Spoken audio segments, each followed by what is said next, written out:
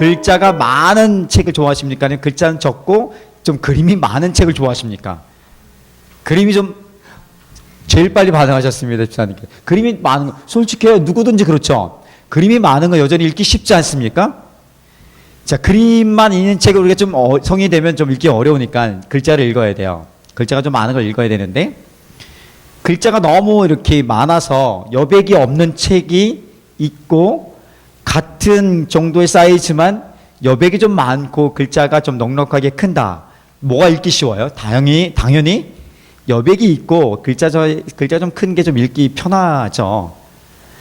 글자를 많이 넣으면은 종이값은 줄일 수는 있어요. 그런데 독자를 잃어버릴 가능성이 굉장히 크죠. 여백이 중요하다는 것을 좀 말씀드리고 싶은 거예요.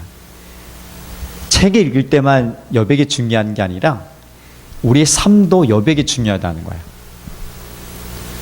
우리의 인격에도 생각에도 여백이 있어야 돼요. 여백은 굉장히 중요한데, 자, 예를 들어 봅시다.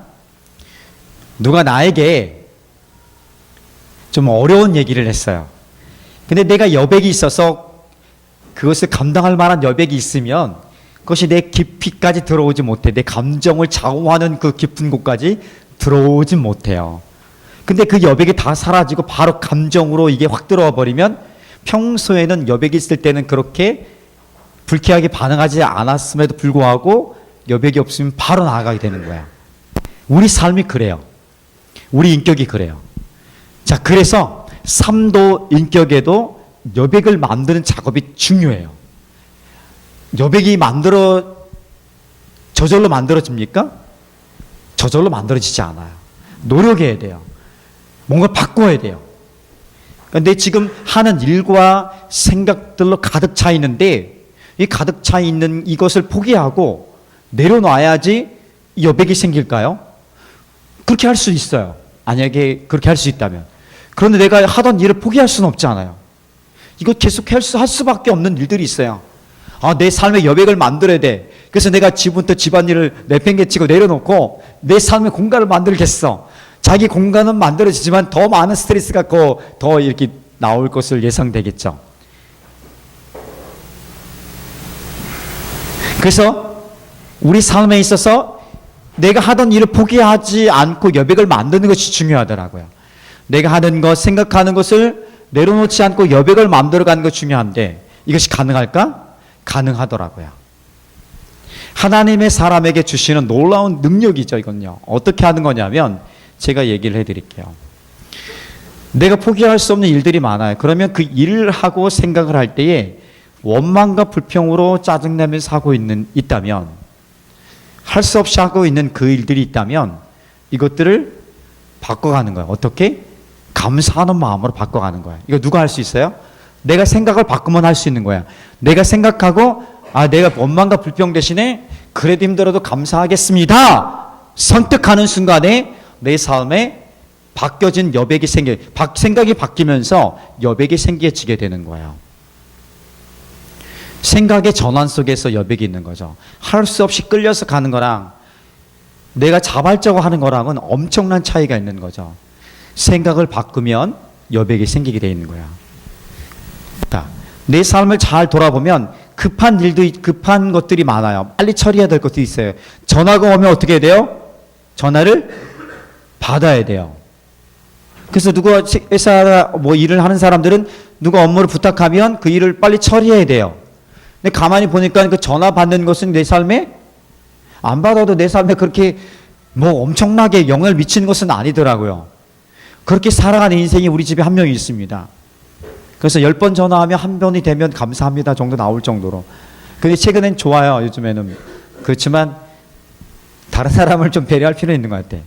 어쨌든 급하지 않은데 중요하지 않은 일들이 내 삶에 있어요. 자, 반대로 굉장히 중요해요. 예를 들어서 이런 것들이죠. 건강이 중요하죠. 건강이 굉장히 중요해요. 근데 지금 당장 건강을 위해서 내가 열심히 하고 있어요? 대부분 어떨 때 열심히 합니까? 건강관리 언제 합니까? 문제가 몸에 생겼을 때 정신 차리고, 저도 목이 좀 아프니까 뭐 달인물 이거 안 먹어요. 도라지 달인물. 근데 막 먹어요. 빨리 이게 회복이 돼야 될 상황이니까. 최근 몇 년 동안 안 먹었는데 이번에 좀 몇 번 먹었던 것 같아요. 그러니까 좀 회복이 되는 거죠. 내 삶이 그렇게 우리 인간이 그렇게 어리석은 거예요. 내가 평상시에 그렇게 중요하기 때문에 먼저 중요한 것을 이렇게 하는 습관을 잘 길들이면 그 오랫동안 그것들 건강하게 지켜갈 수 있는 것들이 많아요. 가족을 사랑하는 것, 내 삶의 미래를 위해서 준비하는 것, 내가 지금이 아닌 내게 주신 꿈을 위해서 내가 지금 헌신하고 투자하는 것, 이것들은 굉장히 중요한 거야. 관계를 잘 만들어가는 것, 이거 굉장히 중요한 건데 지금 당장 하지 않아도 큰 문제가 되는 것처럼 나타나지 않아요. 문제가 생길 때 되니까 너무 늦어버린 거예요. 그러니까 내가 생각을 바꾸는 거예요. 지금 내가 당장 급하게 처리해야 될 것이 많아요. 근데 대부분 우리가 급하게 처리하는 것들 보면 안 해도 괜찮더라. 좀 다른 사람이 불편할지라도요. 그런 것들이 많단 말이에요. 그러면 이것들을 좀 바꿔서 내가 중요한 것이 무엇인지를 바꾸고 내 삶의 우선순위가 무엇인지를 바꿔가면 생각의 전환과 함께 일이 바뀌어지면 내 삶에 여백이 생기게 되는 거야. 중요한 것들 먼저 하게 되면요. 그 안에 공간들이 생기게 돼요. 그리고 그 공간들에 짜잘한 것들 넣으면 되겠죠. 모래알같이 작은 것들 잘 넣으면 내 삶이 풍성하게 만들어지는 것입니다. 그러니까 중요한 것들 다 빼놓고 급한 거 하다 보니까 나중에 쫓겨서 중요한 것들은 이 돌은 중요하지만 그래도 버릴 수밖에 없는 상황밖에 안 되는 거야. 그래서 생각의 전환을 하게 되면 이것은 노력이 필요해야 돼요. 내가 모든 것을 무엇인가 포기하지 않아도 다 삶의 여백을 만들 수 있어요. 여백을 만들면 어떻게 됩니까? 평화하죠. 그래서 그리스도인들에게 삶의 여백에 있는 그리스도인들에게 나타나는 가장 큰 특징은 어떤 상황 속에서도 감사의 고백이 터져 나온다는 것이에요. 왜? 평화하기 때문에. 불편한 상황 속에서도 고통 중에서도 힘들어요. 사실은요. 처절하게 싸울 때는 다른 생각이 들 수는 없어요.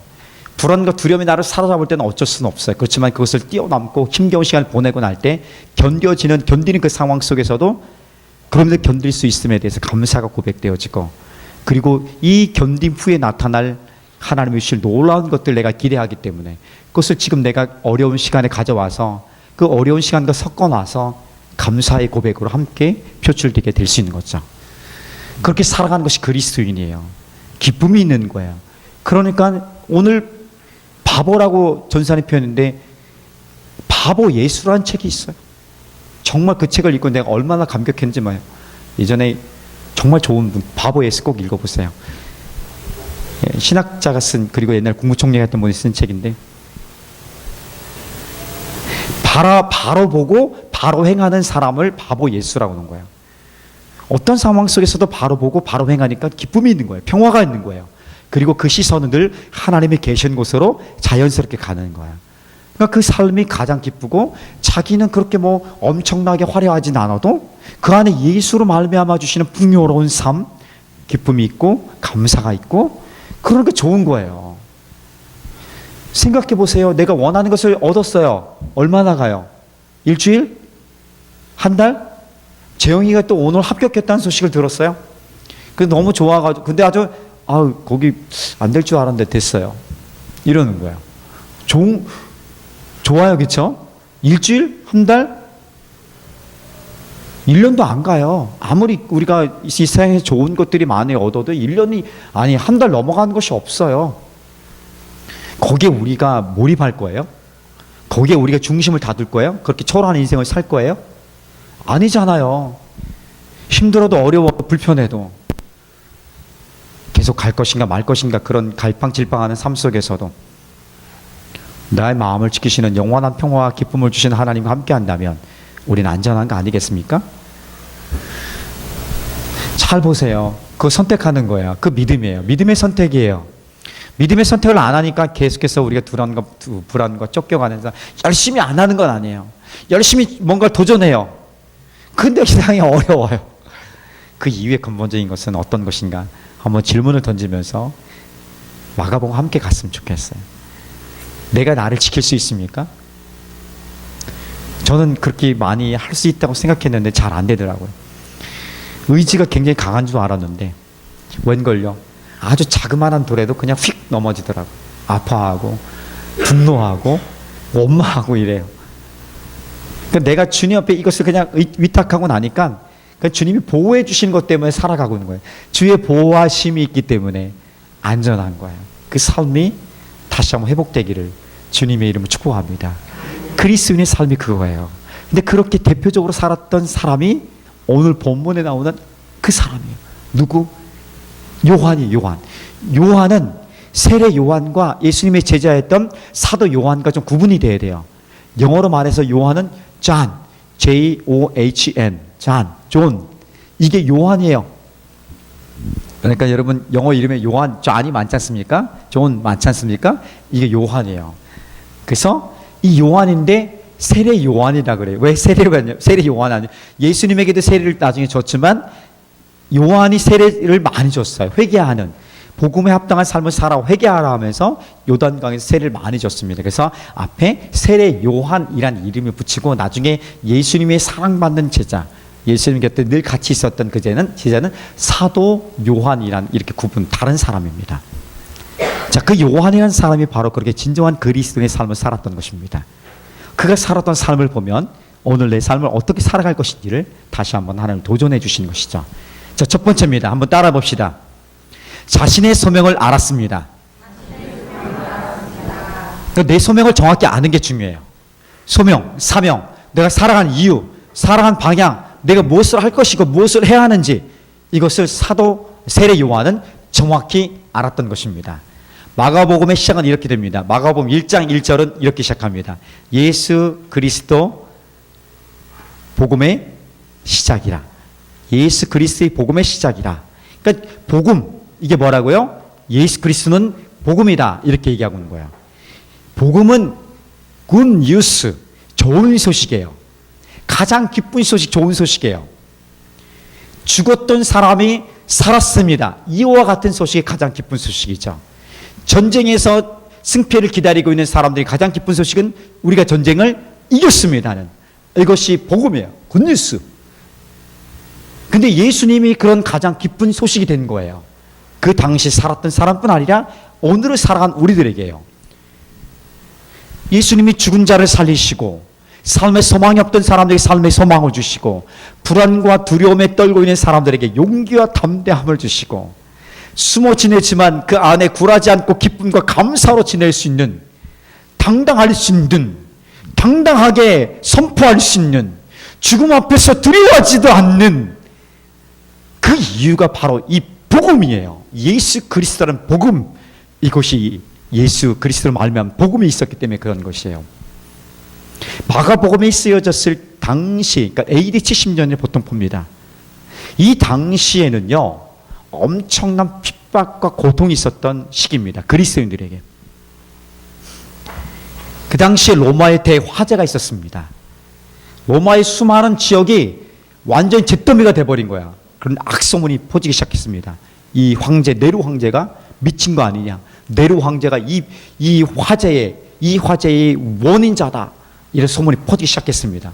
그러니까 네로 황제로서는 이것을 막기 위해서 뭔가 희생양을 잡아야 돼요.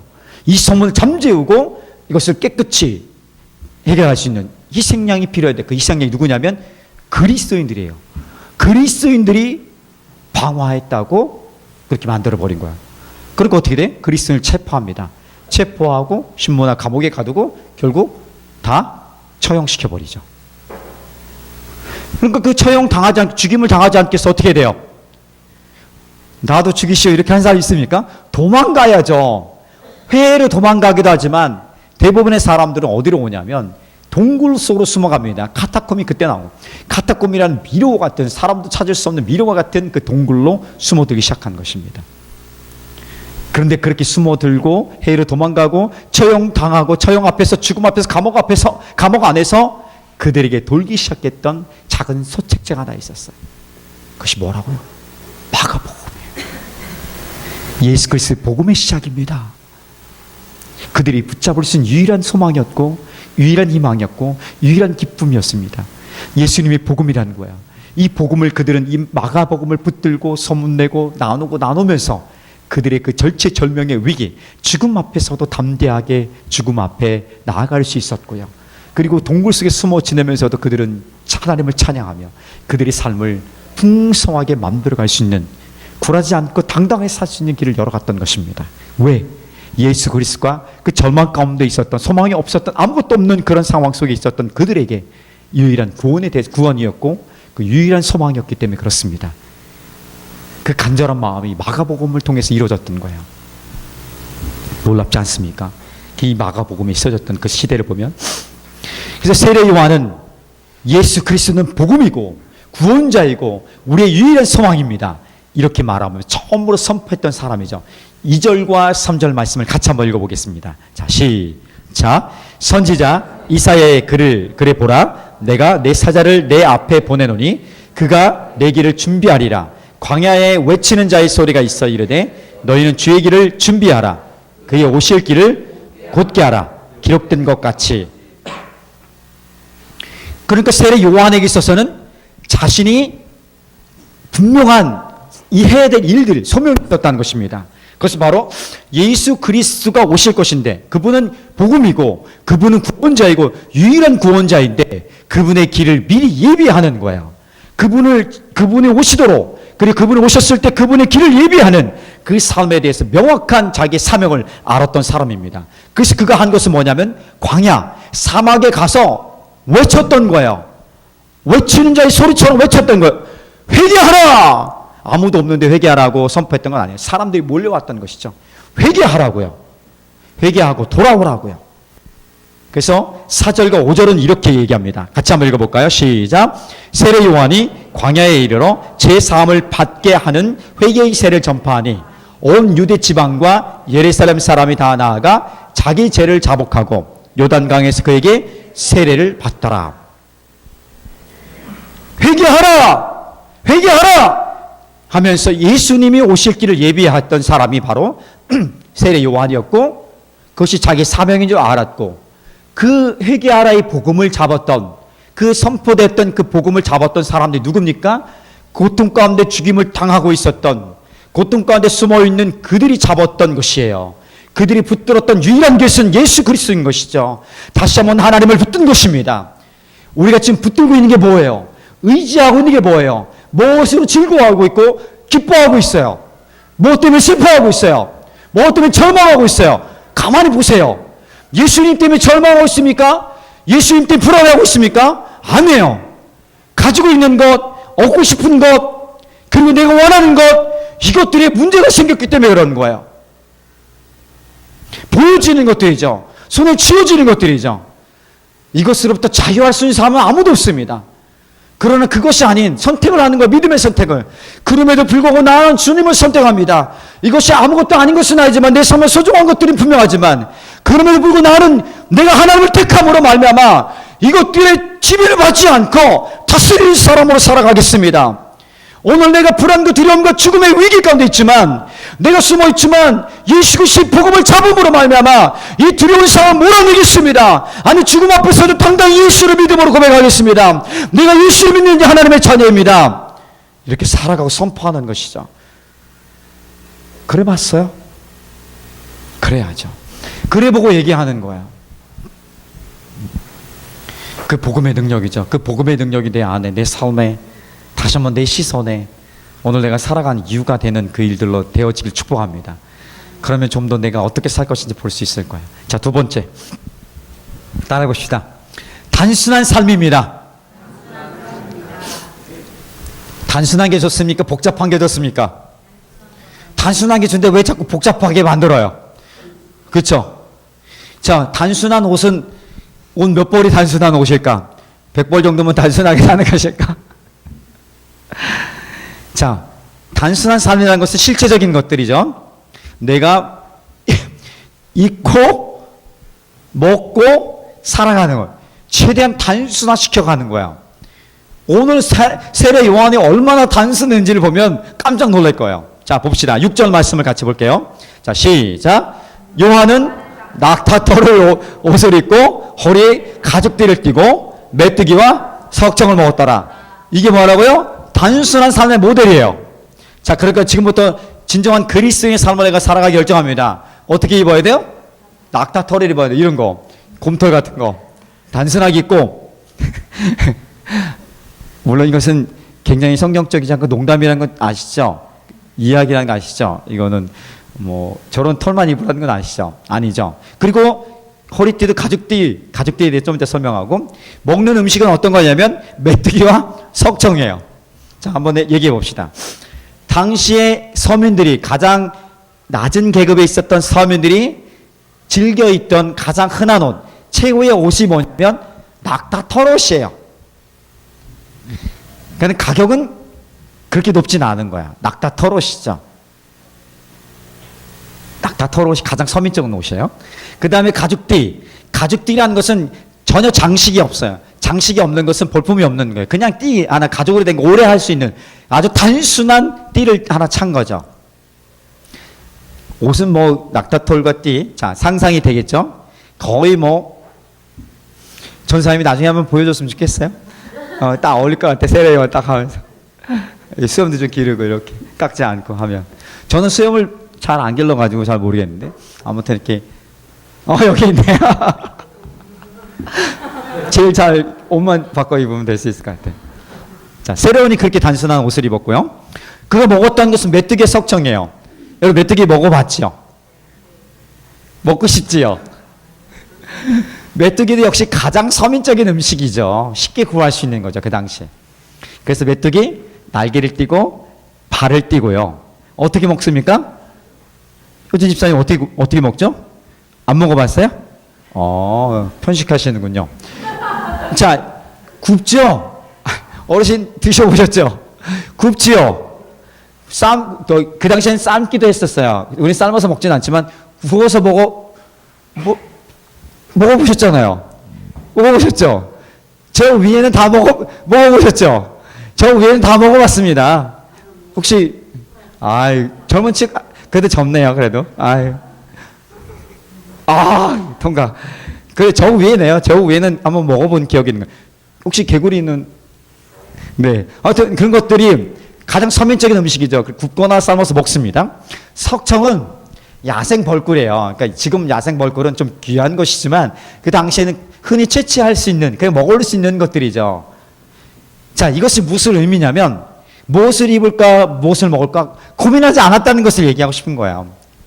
오늘 올 때 여러분 고민했죠? 그렇죠? 정장이 하나밖에 없으면 고민합니까, 안 합니까, 전사님? 그냥 그거죠, 그냥 이렇게. 뭘 그거 살라는 건 아니고요. 생각이 너무 복잡해서 거기에 마음을 뺏기고 내가 해야 될 것을 거기서 마음 뺏기는 것, 그것이 문제라는 것을 얘기하고 싶은 거야. 먹는 것도 마찬가지죠. 선택하기 너무 어렵죠. 하나만 먹어요. 저도 하나만 먹습니다. 자꾸 그냥 하나 먹습니다. 그러니까 질리면 딴 거 먹으면 돼요. 굉장히 단순해요. 먹는 것은 물론 즐길 때도 있겠지만 먹는 것, 입는 것, 왜 그랬을까를 좀 생각해 볼 필요는 있지만 아무튼 세례 요한은 굉장히 단순한 삶을 살기 위해서 그렇게 만들어 버린 거야. 왜 그랬을까? 이게 중요한 거죠. 왜 그렇게 먹는 것, 입는 것, 그 삶 전체를 단순하게 만들었을까? 왜 그랬을까? 뭔가 중요한 것이 있기 때문에 그래요. 뭔가 중요한 그것이 있기 때문에 그것에 집중하기 위해서 다른 것들에 대해서는 신경을 안 쓴 거죠. 그것들에 신경을 쓰면 여기 것들이 손해볼 수 있어서 해할 수 있기 때문에. 그가 유일하고 싶은 것은 광야에서 외치는 자의 소리로 예수 그리스도를 예비하는, 회개하라고 선포하는 그 일이 사명에 초점을 맞추고 중심을 맞추기 위해서 자기의 사명을 감당하기 위해서 단순하게 삶을 만든 것입니다. 자, 여러분 삶이 단순할수록 우리 서두에 얘기했던 여백이 생기게 돼요. 버릴수록 우리는 깔끔해지게 돼 있어요. 쌓아놓으면 어떻게 됩니까? 짐만 돼요. 그래서 몇 년마다 바자회를 할 필요가 있다고 생각해요. 다 내놔야 돼, 싹. 당장 입을 이 약대 털옷 하나랑 가죽대 하나 빼고. 그래야지 삶이 좀 정리가 되는 일들이 일어나게 될 것 같아요. 삶을 단순하게 만들 필요가 있습니다. 이것은 연습이 필요해요. 처음에 여행을 갈 때 바리바리 다 쌉니다. 여행 가방에 한 개를 모질라요. 24인치도 모질라고 백을 2개, 캐리어를 2개 끌고 가는 사람이 있어요. 자, 그렇게 다 준비를 많이 풍성하게 갖고 가요. 그러면 부족한 것이 없을까요? 여전히 부족해요. 여전히 불편한 거 있어요. 그래서 근데 또 문제가 뭐냐면 갖고 다니기 불편해요. 이게 지금 힘든 거예요. 그러니까 다음에 갈 때 어떻게 합니까? 불편한데 뭘 그렇게 다 갖고 가. 좀 줄이게 되죠. 점점 줄이면 어떻게 됩니까? 나중에 그냥 붙이는 것도 시간 걸려. 그러니까 자그마한 가방 하나 갖고 백팩 하나 메고 그냥 기내에다 싣고 제일 빨리 나오는 거. 아주 단순하게 가는 거야. 그래도 2주, 한 달 버티는 거 똑같아요. 빨면 되잖아요. 우리 삶이 그렇게 단순하게 만들어 가는 거예요. 너무 많으면 불편해요. 생각이 많지요. 아가, 생각이 많지. 생각이 많지. 내가 이렇게 하면 이렇게 되고, 엄마 아빠는, 친구들은, 주변의 사람들은. 그러면서 꼬리에 꼬리를 물고 계속 가죠. 답은 별로 없는 것 같아. 더 복잡해져. 전보다 더 힘들어져. 끊고 하나님 어떻게 했으면 좋겠습니까? 하나님 내 삶이 무엇이 좋겠습니까? 뭘 할까요? 다 할 수는 없잖아요. 그러면 그때 생각 주신 거 하는 거예요. 그럼 되잖아요. 자꾸 바꿔서 하니까 복잡해져요. 하나님 중심으로 서면 되는 거야. 먼저 묻고 구하고 그 다음에 움직이면 되는 거야. 열심히 다 틀어놓고 하나님 어떻게 해요? 수습해 주세요. 이게 아니라 먼저 엎드리는 연습. 주님 도와주세요. 지혜 주세요. 뭐 할까요? 감동 주세요. 생각 주세요. 그렇게 하는 거죠. 자, 마지막 세 번째. 진정한 그리스도의 삶의 모델이었던 세리 요한이 우리에게 보여줬던 것은 겸손한 삶입니다. 한번 따라해 봅시다. 겸손한 삶. 이 겸손한 삶은 많이 들어서 우리가 알겠지만 얼마나 겸손한지 봅시다. 세리 요한이 이렇게 얘기합니다. 자, 마가복음 1장 7절 8절 시작. 그가 전파에 이르되 나보다 능력 많으신 이가 내 뒤에 오시나니 나는 굽혀 그의 신발끈을 풀기도 감당하지 못하겠노라. 나는 너희에게 물과 세례를 베풀었거니와 그는 너희에게 성령으로 세례를 베푸시리라. 여긴 다 표현 안 됐지만 요한복음을 같이 이렇게 연계해서 보면은 그가 얼마나 겸손한지에 대해서 알 수 있습니다. 세례 요한의 이 고백을 한마디로 표현하면 예수님은 나의 주인이시고 나는 그분의 종입니다. 이렇게 살아가는 거예요. 세례 요한이 그 당시에 얼마만큼 인기가 있었냐면요. 어떤 학자에 의하면 그가 세례를 준 사람 3,000명도 넘는데요. 여러분 그 당시 인구 비례에 있어서 예루살렘 인구가 만화에 10만인데 3,000명의 성도를에게 세례를 줬다. 세례 받으면 성도가 되는 거 아니에요?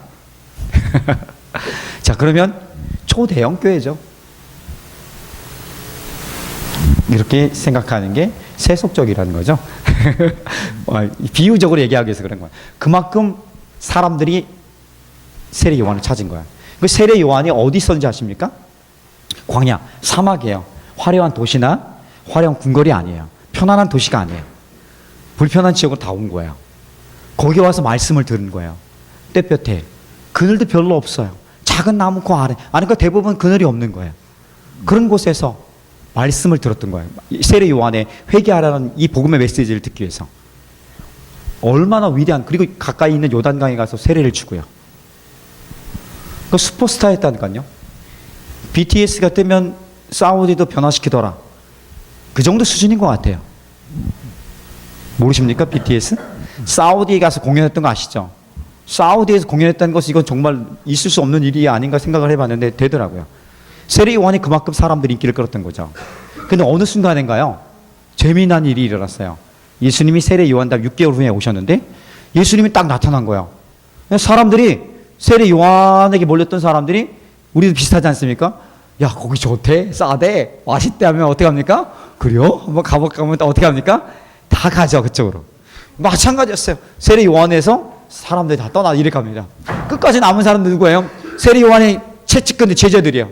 채찍근 제자들도 눈치 보면서 우리도 가볼까? 실제로 간 거예요. 예수님 따라간 거예요. 그러면 세례 요한 입장에서 우리가 나 같은 세례했을 것 같아. 기가 막히네. 너무 어이가 없다. 화가 나고 분노가 서운할 수 있어요. 그런데요, 세례 요한 전혀 그렇지 않아요. 오늘 고백한 것처럼 나는 그분의 신발끈을 풀기도 감당하지 못할 정도의 정말 하찮은 종이라는 고백하고요. 요한복음에 의하면 신랑 들러리가 신랑이 신부로 인해 기뻐하는 그 기쁨 때문에 신랑 옆에 있는 들러리가 너무 기뻐서 행복한 거야. 너무 만족하고 기쁜 거야. 마치 이런 거죠.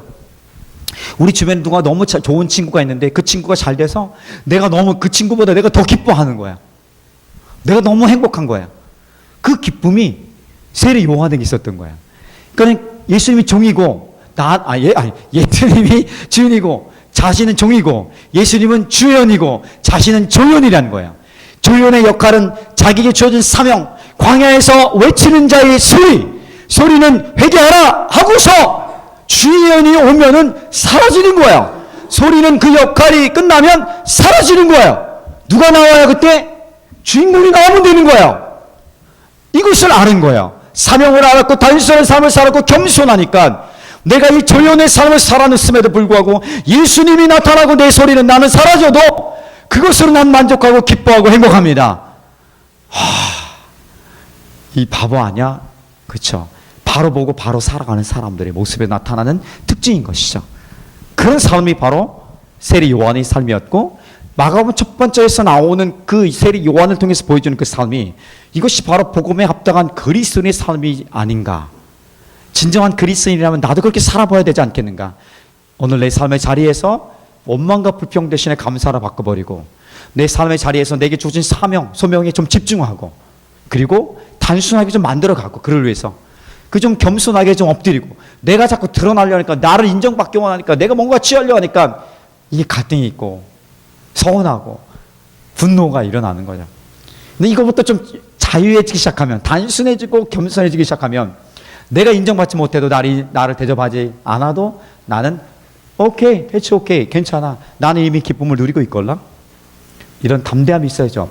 이런 자존감이 있어야죠. 이 자존감을 누가 주십니까? 예수 그리스도께서 주시는 거예요. 이 복음의 능력이에요. 이 복음의 능력이 그냥 말씀만 듣는 것이 아니라 실제로 살아가며 나타나기를 예수님의 이름으로 축복합니다. 아멘.